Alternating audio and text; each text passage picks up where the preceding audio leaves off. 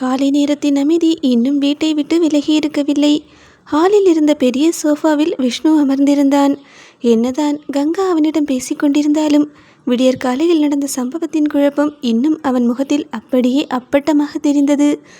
அவன் அருகே வந்து அமர்ந்த கங்காவோ, எதுக்காக விஷ்ணு இப்படி குடிச்சிருக்க? தலைவலி கொஞ்சமாவது குறைஞ்சுதா என்று மென்மையாக கேட்டபடியே அவனுக்கு இன்னும் நெருக்கமாக அமர்ந்தாள். வைஷ்ணவியிடம் பேசிவிட்டு வந்த அசோக் அந்த காட்சியை பார்த்ததும் அவன் புருவம் லேசாக சுருங்கியது. ஒரு வார்த்தை கூட பேசவில்லை. ஆனால் அவனது பார்வை மட்டும் கங்காவை நோக்கி விலகி உட்காரு என்று கட்டளையிட்டது. அந்த கஞ்சாடையை புரிந்து கொண்ட கங்காவோ சற்றே விலகி அமர்ந்தாள். அதை விஷ்ணு கவனிக்கவில்லை. கங்காவிற்கு அசோக்கின் முகத்தில் ஏதோ ஒரு மாற்றம் தெரிந்தது. அவன் எதையோ தீவிரமாக யோசித்து கொண்டிருப்பது போல இருந்தான். ஒரு நொடி அவனை பார்த்த கங்காவோ உடனே தன்னை சமாளித்து கொண்டு விஷ்ணுவை நோக்கி திரும்பினாள். விஷ்ணு, நீ ரொம்ப டயர்டாக இருக்க, நான் போய் உனக்கு காஃபி எடுத்துட்டு வரேன் என்று இயல்பாக சொல்லிவிட்டு மெதுவாக எழுந்து சமையலறையை நோக்கி நடந்தாள் அவள்.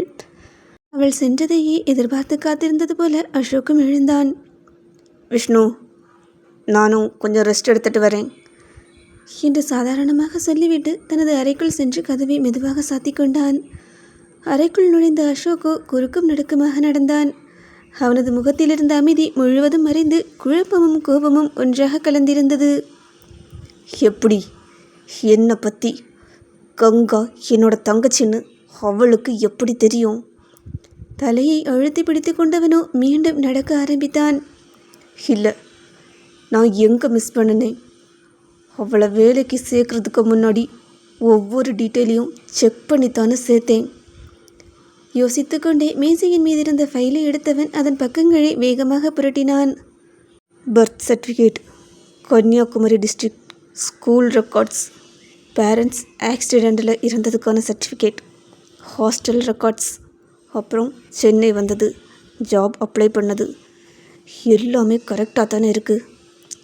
ஒரு நொடி அமைதியாக நின்றவனோ மீண்டும் அந்த கோப்பை முழுவதுமாக புரட்டி பார்த்தான். திடீரென்று அவன் பார்வை ஒரு இடத்தில் நின்றது. இல்லை என்று மெதுவாக முணுமுணுத்தவனோ மீண்டும் ஒவ்வொரு பக்கத்தையும் கவனமாக பார்த்தான். அடுத்த நொடியே அவனது கண்கள் சுருங்கின. 10 வயசு வரைக்கும் அவளோட டீட்டெயில்ஸ் எல்லாம் இருக்குது. 20 வயசுக்கு பிறகு உள்ள டீட்டெயில்ஸும் எல்லாம் இருக்குது. ஆனால் நடுவில் இருக்கிற அந்த 10 வருஷம். அவன் மூச்சு சற்று வேகமடைந்தது. அந்த 10 வருஷம் அவள் எங்கே இருந்தா, என்ன பண்ணிட்டு இருந்தா, உண்மையிலேயே அவள் யாரு? கோப்பை மெதுவாக மூடியவனோ ஜன்னலை நோக்கி நின்றான். சில நொடிகள் கழித்து உதட்டில் ஒரு சிரிப்பு வந்தது. கரெக்ட், இந்த இடத்துல தான் கோட்டை விட்டுட்டா அசோக். ஒரு மனுஷனோட வாழ்க்கையில் 10 வருஷம் காணாமல் போயிருக்கு. அதை பற்றி கொஞ்சம் கூட யோசிக்காமல் அவளை வேலையில் சேர்த்துட்ட. அவன் பற்களை கடித்தான். இல்லை, இனி ஒரு நிமிஷம் கூட வேஸ்ட் பண்ணக்கூடாது. அந்த காணாமல் போன 10 வருஷம், அதில் தான் அவளோட மொத்த உண்மையும் புதைஞ்சிருக்கு. அவனோ தனது அடுத்த கட்ட நகர்வை நோக்கி யோசிக்க ஆரம்பித்தான். சமையலறைக்குள் சென்ற கங்காவோ காஃபி போடுவதற்காக பாத்திரத்தை அடுப்பில் வைத்தபடியே ஆழ்ந்த யோசனையில் மூழ்கினாள். அண்ணனுக்கு என்னாச்சு? காலையில் இருந்து அவன் வந்த விதமே சரியில்லை. முகமே ஒரு மாதிரி இருந்துச்சு. ஏதோ நடந்திருக்கு என்று மனதிற்குள் நினைத்து கொண்டாள். ஆனால் அண்ணாக்கிட்ட இப்போ எப்படி கேட்குறது? இப்போவே அவர்கிட்ட பேசினா விஷ்ணு நம்மளை சந்தேகப்பட ஆரம்பிச்சிடுவார் என்று தனக்கு தானே சொல்லி கொண்டவளோ எதுவும் நடக்காதது போல காஃபி தயாரிக்க தொடங்கினாள். ஹாலில் இருந்த விஷ்ணு கங்கா காஃபி எடுத்துக்கொண்டு வருவதை பார்த்ததும் மெதுவாக எழுந்தான். கங்கா, எனக்கு காஃபி வேண்டாம், ரொம்ப டயர்டாக இருக்குது, நான் ரூமுக்கு போகிறேன் என்று சொல்லிவிட்டு 2 அடிகள் நடந்தவனோ மீண்டும் திருப்பி பார்த்தான். இன்னைக்கு ஒரு நாள் மட்டும் நீ எனக்கு பதிலாக ஆஃபீஸ் போயிட்டு வந்துடு. கங்காவோ ஒரு நொடி அவனை பார்த்துவிட்டு, சரி விஷ்ணு, நான் பார்த்துக்கிறேன் என்று அமைதியாக தலையசைத்தாள். அதைத் தொடர்ந்து விஷ்ணு மாடிக்கு சென்று தனது அறைக்குள் நுழைந்தான். கதவை லேசாக சாத்திவிட்டு கட்டிலில் அமர்ந்தவன் 2 கைகளாலும் தலையை பிடித்து கொண்டான். ச்சே, என்னதான் நடக்குதுங்க? அந்த பொண்ணு யாரு? எதுக்காக இவ்வளோ பெரிய பொய்யை சொல்லிக்கிட்டு இந்த வீட்டுக்குள்ளே வந்திருக்கா? ஆழமாக மூச்சை இழுத்தவனோ கண்களை மூடிக்கொண்டான். எவ்வளோ தைரியம் இருந்தா நான் குடிச்சிருக்கேன்னு தெரிஞ்சும் என் கூட ஒரே ரூமில் இருந்திருப்பா. அவன் மனமோ தொடர்ந்து கேள்விகளை மட்டும் எழுப்பிக் கொண்டிருந்தது. அவளோட நோக்கம் என்ன? என்ன பழிவாங்க வந்தவளா? அடுத்த நொடியே அவனே அந்த எண்ணத்தை மறுத்தான். இல்லை, அவளை பார்த்தா எனக்கு அப்படி தோணலையே. நேற்று இரவு மங்கலாக நினைவில் மின்னிய சில காட்சிகள் அவன் மனதில் ஓடின. யாரோ தன்னை மெதுவாக தாங்கியது, யாரோ தனது கைகளையும் கால்களையும் மெதுவாக நீவி விட்டது, யாரோ தனது தலையை வருடியபடி அருகிலேயே அமர்ந்திருந்தது. அப்படின்னா ராத்திரி முழுக்க அவ தான் என்னை பார்த்துக்கிட்டாளா? அவன் அறியாமலேயே தனது விரல்களை பார்த்தான். அந்த நினைவுகள் அவனது மனதை இன்னும் குழப்பியது. இல்லை, அந்த அரவணைப்பில் ஒரு பாசம் இருந்துச்சு. ஆனால் அது புதுசாக எனக்கு தோணலை. இதுக்கு முன்னாடியே அந்த பாசத்தை நான் எங்கேயோ எப்போவோ உணர்ந்திருக்கேனே. ஆனால் எப்போ, எப்படி என்ற கேள்விகளோடு அவன் வெறுமையாக எதிரே இருந்த சுவரை பார்த்து கொண்டிருந்தான். கங்கா ஆஃபீஸுக்கு கிளம்பிவிட அசோக்கும் விஷ்ணுவிடம் சொல்லிவிட்டு வெளியே சென்றான். வைஷ்ணவியோ மெதுவாக சமையலறைக்குள் நுழைந்தாள். வீட்டிலிருந்த அமைதி கூட இன்று ஏதோ கனமாக இருந்தது. அடுப்பை பற்றி வைத்தவள் பாத்திரத்தில் தண்ணீர் ஊற்றி இட்லி மாவை ஊற்றினாள். நீராவி மெதுவாக மேலே எழுந்தது. சட்டனிக்காக தேங்காயை அரைத்து தாளித்து இறக்கினாள். பிறகு காஃபிக்காக பாலை அடுப்பில் வைத்தாள். ஒவ்வொரு வேலையையும் அவள் அமைதியாக செய்தாலும் மனம் மட்டும் மேலே இருந்த ஒரு அறையை மட்டுமே சுற்றி கொண்டிருந்தது. கோபம் இருக்கட்டும், வெறுப்பு இருக்கட்டும், நான் ஏமாத்தினது தப்பு தான்.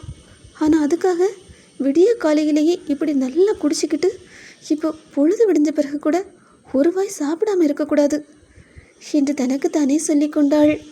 சில நிமிடங்களில் எல்லாவற்றையும் ஒரு தட்டில் அழகாக அடுக்கி வைத்தாள். சூடாக இருந்த காஃபியை டம்ளரில் ஊற்றி மெதுவாக அந்த தட்டை கையில் எடுத்துக்கொண்டு மாடிப்படிகளில் ஏறினாள். மெதுவாக நடந்து வந்தவளோ விஷ்ணுவின் அறையின் முன்னால் வந்து நின்றாள். அறை கதவு பாதியாக திறந்திருந்தது. எந்த அனுமதியும் கேட்காமல் கதவை இன்னும் கொஞ்சம் தள்ளி உள்ளே நுழைந்தாள் அவள். அந்த நேரம் ஜன்னல் அருகே நின்று வெளியே பார்த்து கொண்டிருந்த விஷ்ணுவோ கதவு திறக்கும் சத்தம் கேட்டு மெதுவாக திரும்பினான். ஒரு நொடி இருவரின் பார்வையும் ஒன்றோடொன்று மோதிக்கொண்டது. அடுத்த நொடியே அவன் முகம் இறுகியது. ஏய், உன்னை யார் என் ரூமுக்குள்ளே வர சொன்னது? அவன் கேட்டுக்கொண்டிருக்க வைஷ்ணவியோ எந்த பதிலும் சொல்லவில்லை. அவள் நேராக நடந்து வந்து கட்டிலின் அருகிலிருந்த சிறிய மேசையின் மீது தட்டை வைக்க முயன்றாள். அந்த நேரத்தில் அங்கிருந்த மேசையில் அவளது கால்விரல் பலமாக தட்டியது. அதில் அவள் நிலை தடுமாற ஒரே நொடியில் விஷ்ணு தன்னையும் அறியாமல் முன்னே பாய்ந்து அவளது இடையை பிடித்தான். அவளது ஒரு கை அவன் தோளில், மற்றொரு கை அவன் மார்பில். அவன் விரல்களோ அவளது இடையை இறுக தாங்கியபடி இருந்தன. இருவருக்கும் இடையில் ஒரு மூச்சு விடும் தூரம் கூட இல்லை. வைஷ்ணவியோ மெதுவாக தலை நிமிர்ந்தாள். அவனது கண்கள் அவளை பார்த்து கொண்டிருந்தன. சில நொடிகள் இருவரும் அப்படியே அசையாமல் நின்றார்கள். அடுத்த நொடியே விஷ்ணு சுயநினைவிற்கு வந்தவன் போல, பார்த்து நடக்க தெரியாதா என்று எரிச்சலாக கேட்டான். வைஷ்ணவியோ கீழே பார்த்தாள். நான் பார்த்து தான் நடந்தேன். இந்த மேசை தான் என்ன இடிச்சது. நீ போய் மேசையில் இடிச்சியா, இல்லை மேசை வந்து ஒன்று இடிச்சுதா? இதுதான் மனுஷங்களோட புத்தி. பண்ணுற தப்பெல்லாம் நம்மளே பண்ணிக்கிட்டு அப்படியே அடுத்தவங்க மேலே பழியை போட்டு தப்பிச்சிடுவோம், அதானே? என்னங்க சாப்பாடு? இங்கே பாரு, நான் ஏற்கனவே சொல்லிட்டேன், உனக்கு என்னோடய ரூமில் எந்த உரிமையும் இல்லை. அப்புறம் எதுக்காக என்னோடய ரூமுக்கு சாப்பாடு எடுத்துகிட்டு வந்த?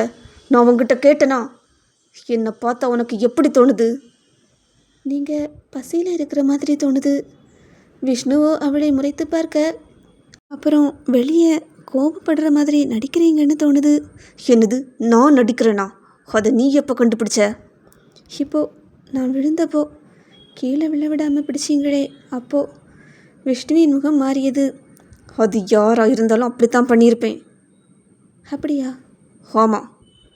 அப்போது ஏன் என்னோட கையை இன்னும் விடாமல் பிடிச்சிருக்கீங்க? அந்த கேள்வி அவன் இதய துடிப்பை ஒரு நிமிடம் தவறவிட்டது. அவன் பதில் சொல்ல முடியாமல் நின்றான். ஏனென்றால் அவள் கேட்ட கேள்விக்கான பதில் அவனுக்கே தெரியவில்லை. அப்போதுதான் அவன் தனது கைகளை பார்த்தான். இன்னும் வைஷ்ணவியின் கையை விடாமல் பிடித்துக்கொண்டே நின்றிருந்தான்.